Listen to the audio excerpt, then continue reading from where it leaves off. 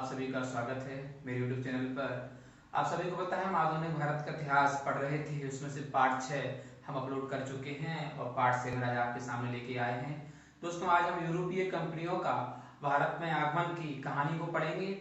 आइए जानते हैं क्या है कहानी। भारत में 5 यूरोपीय कंपनियां हमारे यहाँ आती हैं और क्रमबद्ध यहाँ पर लिखी हुई हैं। सबसे पहले भारत में पुर्तगाली, फिर डच, उसके बाद अंग्रेज, फिर डेनिश और उसके बाद फ्रांसीसी यूरोपीय ईस्ट इंडिया कंपनी भारत में आती है। और सबसे पहले हम पढ़ते हैं पुर्तगाली यूरोपीय ईस्ट इंडिया कंपनी के बारे में। मैंने यहाँ पर इनकी मुख्य बातें निकाल कर रखी हैं। अगर आप मुख्य बातें जान लेते हैं तो आपको पुर्तगाली कंपनियों के बारे में बहुत अच्छी जानकारी हो जाएगी। आइए शुरू करते हैं। सबसे पहले भारत में आने वाली यूरोपीय ईस्ट इंडिया कंपनी कोई है तो वो है पुर्तगाली ईस्ट इंडिया कंपनी, जिसकी स्थापना भारत में 1498 में होती है। 20 मई 1498 को वास्को डी गामा, जो पुर्तगाली राजा डॉन हेनरिक का प्रतिनिधित्व करते हुए भारत आता है। और भारत में दोस्तों याद रखें केरल के कालीकट बंदरगाह पर आता है और उस बंदरगाह का नाम होता है कप्पकडाबू, बंदरगाह का नाम है। और उस समय कालीकट का जो शासक होता है उसका नाम था जमोरिन, और जमोरिन ने वास्को डी गामा का भव्य स्वागत किया। वास्को डी गामा जब भारत आया तो वह लगभग 1 साल भारत में रहा और उसके बाद 1499 में वह गोवा बंदरगाह से भारत से वापस जाता है। लेकिन खाली आता नहीं, वो भारत से मसाले लेके जाता है और मसाले में स्पेशली वो काली मिर्च लेके जाता है। और जैसे वो पुर्तगाल पहुंचता है तो वह देखता है कि उसका काली मिर्च में उसे 60 गुना मुनाफा मिला। इतना ज्यादा मुनाफा उसने सोचा कि मात्र एक छोटे से मसाले से हमें 60 गुना मुनाफा मिला है तो भारत व्यापार के उद्देश्य से बहुत अच्छा देश है। तो फिर क्या होता है दोस्तों, 1500 ईस्वी में दूसरा पुर्तगाली भारत आता है और दोस्तों दूसरे पुर्तगाली का नाम था petro Alvares Cabral.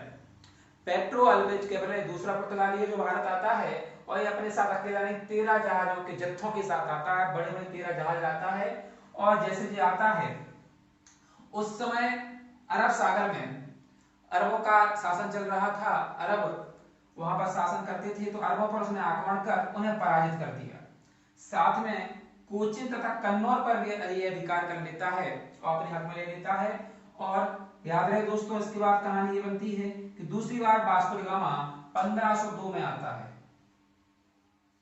Vasco D gamma Bharat में दूसरी बार आता है 1502 में। साथ में इतना भी याद रखना है कि 1503 में पुर्तगालियों ने कोचिन को अपनी पहली फैक्ट्री बनाई और 1505 में कन्नौज को पुर्तगालियों ने अपनी दूसरी फैक्ट्री बनाई। यहाँ तक की कहानी आपको समझ में आ गई हो तो आगे बढ़ते हैं। पुर्तगालियों ने भारत में अपनी 2 फैक्ट्रियां बनाई। उनका उद्देश्य और भारत में बड़ा व्यापार करने के लिए हो गया। अब विस्तृत रूप से भारत में व्यापार करना चाहते थे तो फिर वहां के राजा ने गवर्नर भेजना शुरू कर दिए। तो एक गवर्नर का दौर है, कुछ गवर्नर वहां से भेजे गए। मुख्य मैं आपको बता रहा हूँ 1505 में प्रथम गवर्नर जो पुर्तगाल द्वारा भेजा गया उनका नाम था फ्रांसिस्को डी अल्मीड़ा। ये भारत में लगभग दोस्तों 4 साल रहे 1505 से 1509 तक।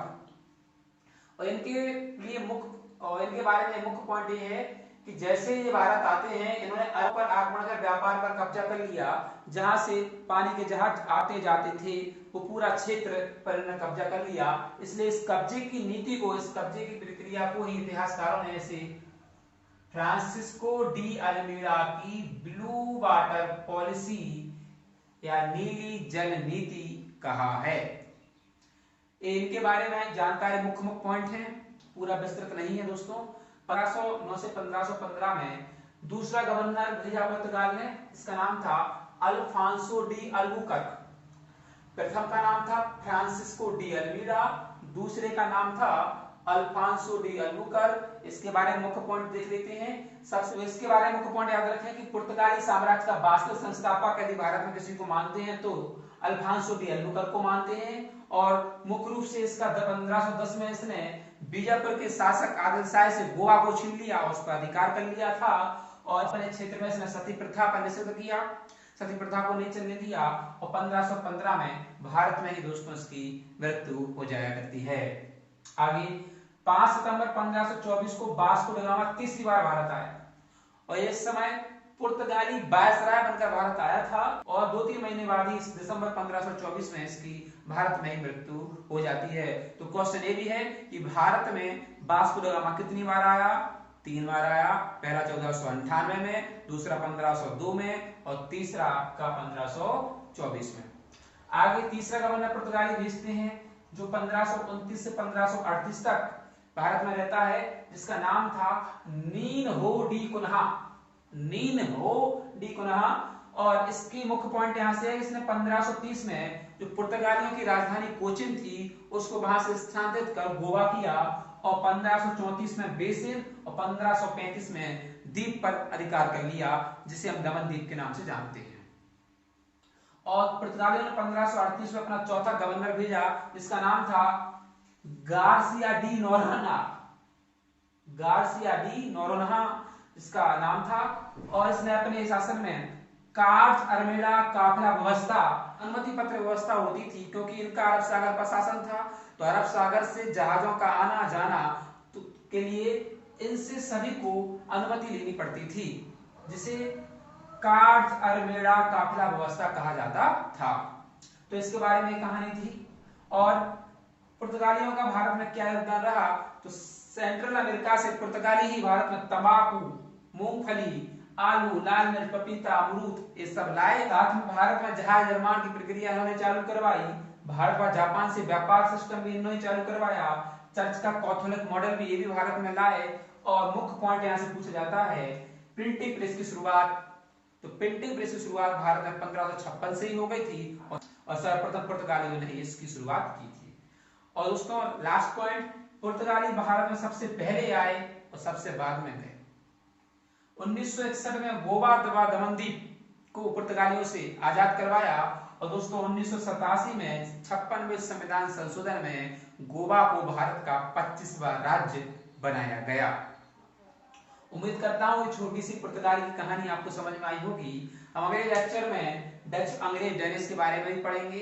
यदि आपको वीडियो अच्छा लगा तो लाइक करें, शेयर करें, सब्सक्राइब जरूर करें। Thank you very much.